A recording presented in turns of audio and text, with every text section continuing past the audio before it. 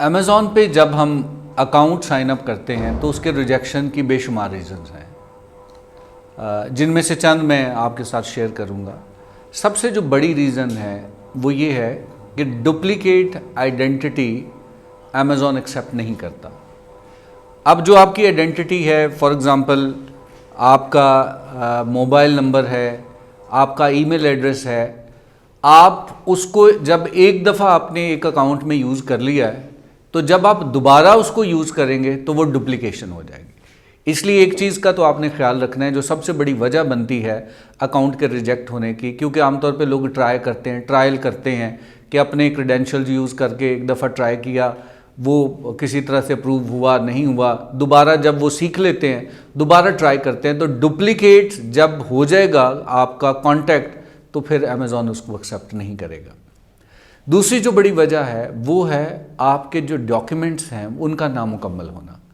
जो मैंने अभी आपको लिस्ट बताई है कि आपको जो है वो अपनी बैंक स्टेटमेंट देनी है, आपको क्रेडिट कार्ड की लिस्ट प्रोवाइड करनी है, आपको घर के यूटिलिटी बिल का या ऑफिस के यूटिलिटी बिल आपको जो है वो देने हैं, आपको बैंक स्टेटमेंट्स देनी है। ये सारी चीज़ें क्या होंगी, ये वेरीफाइड होंगी। और एक अगर आप कंपनी अकाउंट खोल रहे हैं तो आपको एक कैंसल्ड चेक भी देना है। अब उस चेक के ऊपर ऑथराइज सिग्नेचर होने चाहिए, स्टैंप होनी चाहिए। ये छोटी छोटी जो रिक्वायरमेंट है जिनको बड़ा माइन्यूटली आपने पूरा करना है, क्योंकि अगर कोई भी चीज़ इनकम्प्लीट हुई तो अमेज़ॉन उसको रिजेक्ट कर देगा।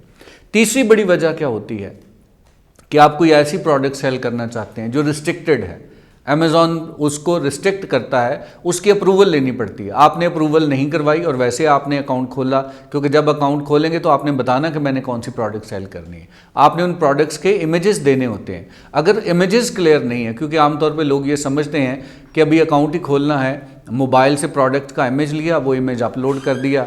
इमेज अगर सब स्टैंडर्ड हुआ, क्लियर ना हुआ, तो क्या होगा कि उसको वो एक्सेप्टेबल नहीं होगा। आमतौर पे लोग डॉक्यूमेंट्स भी क्या करते हैं, मोबाइल का कैम स्कैन यूज़ करके वो स्कैन कर रहे होते हैं, तो वो उसकी विजिबिलिटी नहीं होती, उस पर भी रिजेक्शन जो है वो आ जाती है। तो ये छोटी छोटी चीज़ें हैं जिनका आपने ख्याल रखना है। और जो प्रोडक्ट्स आपने सेल करनी है वो गेटेड नहीं होनी चाहिए, किसी किस्म की रिस्ट्रिक्शन नहीं होनी चाहिए, जो क्वालिटी आप बेच रहे हैं वो सब स्टैंडर्ड नहीं होनी चाहिए। तो ये कुछ चीज़ें हैं जिनका आपने ख्याल रखना है कि आपका अकाउंट रिजेक्ट ना हो, क्योंकि अगर अकाउंट रिजेक्ट हो जाता है तो फिर आपके लिए दोबारा से वो प्रोसेस जो है वो स्टार्ट करना पड़ता है। क्योंकि जब आप काम स्टार्ट कर रहे हैं तो it will take almost 30 days कि आपका अकाउंट अंडर रिव्यू होता है। अब 30 दिन बाद रिजेक्ट होगा तो फिर 30 दिन आपको दोबारा से उस प्रोसेस से गुजरना पड़ेगा।